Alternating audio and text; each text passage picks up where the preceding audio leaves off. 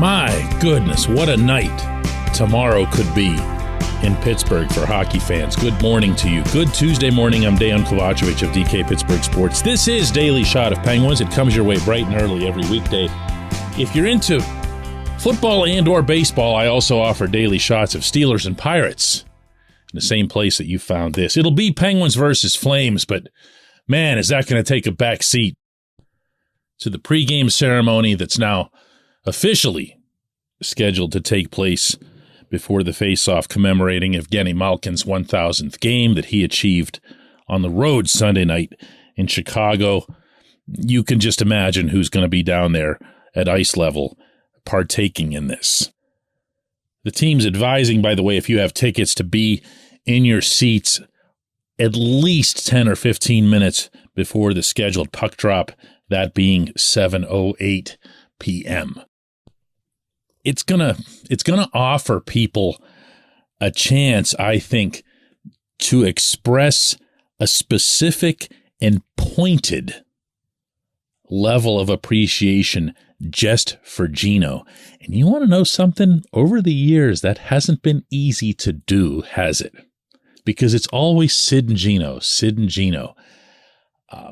In almost any setting, even including Stanley Cup playoffs, Stanley Cup finals, it's always been Sid and Geno. And you know who likes it that way? Yeah, Geno. And at the same time, he feeds off the crowd. He always has. He has a genuine and passionate affinity for Pittsburgh. Not manufactured, not because of this or that. You saw that with the way the contract situation played out this past summer. He was going to be the tough guy. He was going to be offended and everything else as it related to the amount that the Penguins were asking him to take and everything else here. But he was going to sign. He was just going to sign. And he did. And when he did, there was no fuss or muss about it. There was no, I'll show everybody this or anything to that effect. He just said, this is where I want to be. And it was his decision, completely his decision, something that he's since confirmed. So for there to be one night, even just 5 minutes or whatever it's going to be of one night, in which the city can acknowledge, recognize, and applaud one of the greatest athletes Pittsburgh's ever seen in any sport. Yeah, that's going to be something, you know? This portion of Daily Shot of Penguins is brought to you by the good people at the Greater Pittsburgh Community Food Bank, where they're committed to providing food for all of our neighbors in need across Western Pennsylvania. They, in turn, need your help. Find out how $1 can be turned into 5 full meals. For those in need, visit pittsburghfoodbank.org. Getting a little personal here, my own relationship with Geno obviously goes back to the beginning of his time here. Actually, technically speaking, it goes back to 2 days before the beginning of his official time in Pittsburgh, because I'd met him 2 nights before the draft. There was a small room that they had the top prospects from this draft in, and probably not coincidentally, he was in one corner and Alexander Ovechkin was in the other corner, and Ovechkin's got everybody in stitches and everyone's laughing, and look at this guy. He's built like a tank. He's really funny. He's going to be this mega star. And there's Geno sitting on his stool in the other corner, just has his head down, you know the way he talks, right? And I thought, wow, these two couldn't be more different. And that turned out to be pretty true, you know, other than the whole Russian thing.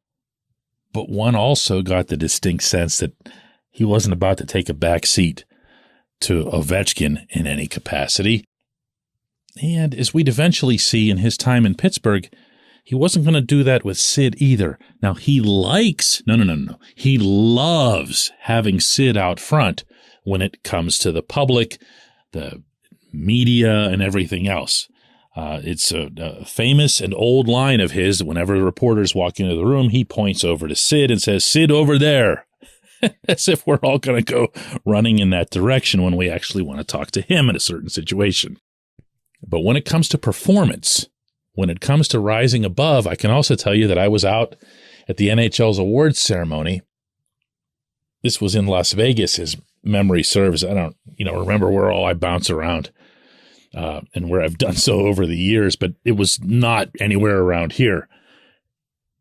And I had a chance to spend some good one-on-one time with him out there. This was the year that he won everything. He was MVP, 50 goals, the whole deal. He just established himself as the guy in the NHL for that season. And he was very comfortable with that. He was okay with being recognized, and not in a cocky way or anything else, but with being recognized as the best player. There was nobody there, I can tell you right now, who was asking him questions about Sid or Ovechkin or anything else. He was the only one sitting at that particular table with those particular awards around him. I also can share with you that he had a really different vibe about him at the Sochi Olympics, which I covered as well. He was serious to the extreme. It was almost uncomfortable to be around him. In fact, in one specific instance that I'm not going to get into, it was actually really uncomfortable to be around him. But when he went out onto the ice, his competition was with Ovechkin, which was really wild considering they were actually on the same line. They were trying to do things to the opponent that no humans should try. And considering that the opponent on one of those nights was Team Slovenia, which was basically Andrzej Kopitar and a handful of dudes off the streets of Ljubljana, he was able to get away with almost all of it. It's a very, very strange, is dichotomy the right word? I don't know. I don't script this thing. If it is, it is. If it isn't, you know what I'm saying here. Between how Geno welcomes being in Sid's shadow and at the same time has always wanted to make sure it's understood that he is his own guy, achieving his own achievements and doing so in his own inimitable manner. With me, he has always been the consummate professional over all these years and all these different settings in which I've covered him. I can't express enough of my own appreciation, not just for his cooperation, but also just for who he is and for making me laugh. And for that one night in Calgary a few years ago when he went down to block a shot to basically by doing so to beat the Flames that night.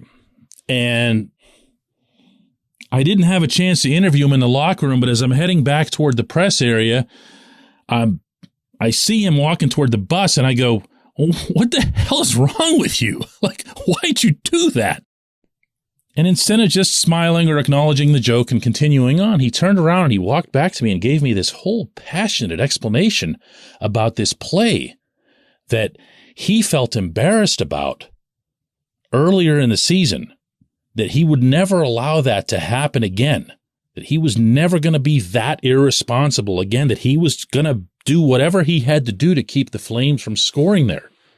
I'll share the link with you. If you check out where this podcast is posted, I'll go into comments and share you the link from that column. He's something. He's his own something. And tomorrow night's going to be something as well. When we come back, J1Q.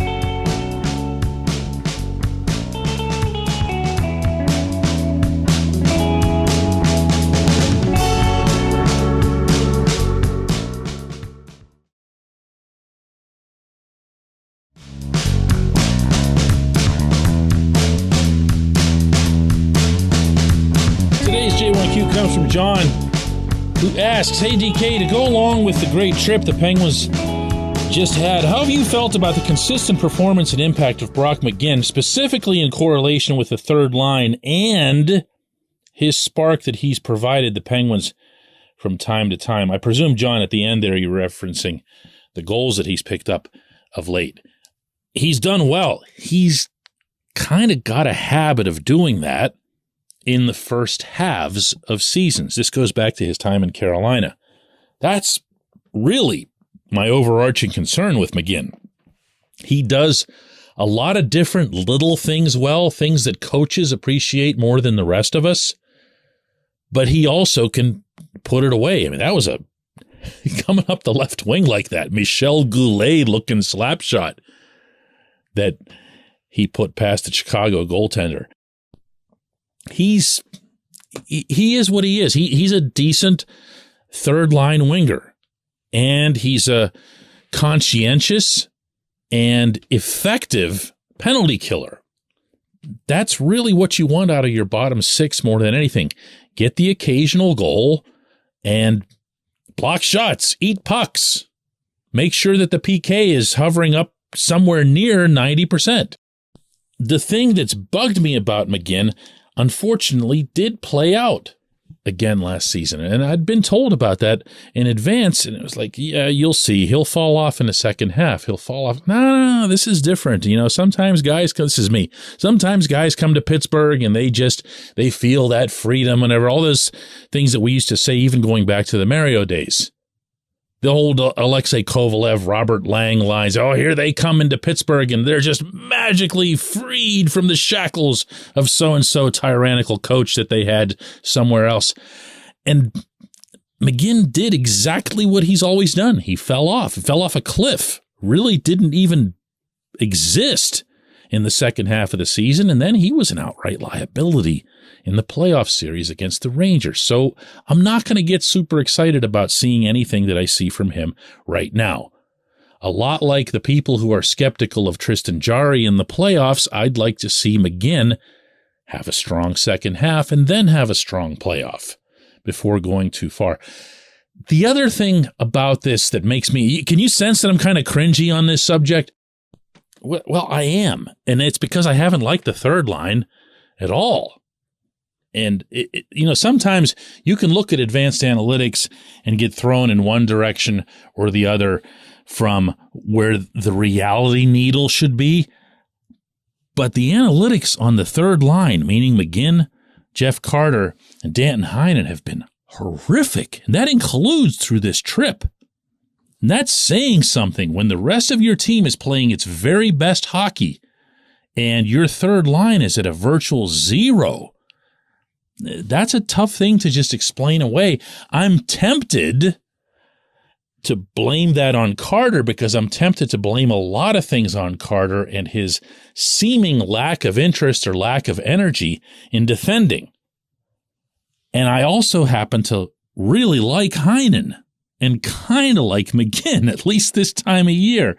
So if the third line were to become a thing, you would see the Penguins roll out their most consistent two-way play up front that you'd have seen in quite some time, because we're already seeing it for the most part, especially with the return of Teddy Bluger.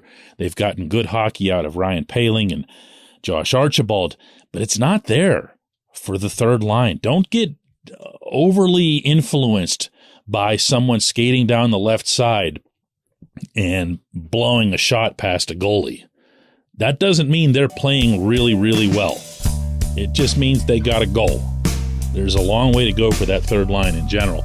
I appreciate the question. I appreciate everyone listening to Daily Shot of Penguins. We'll do another one of these tomorrow.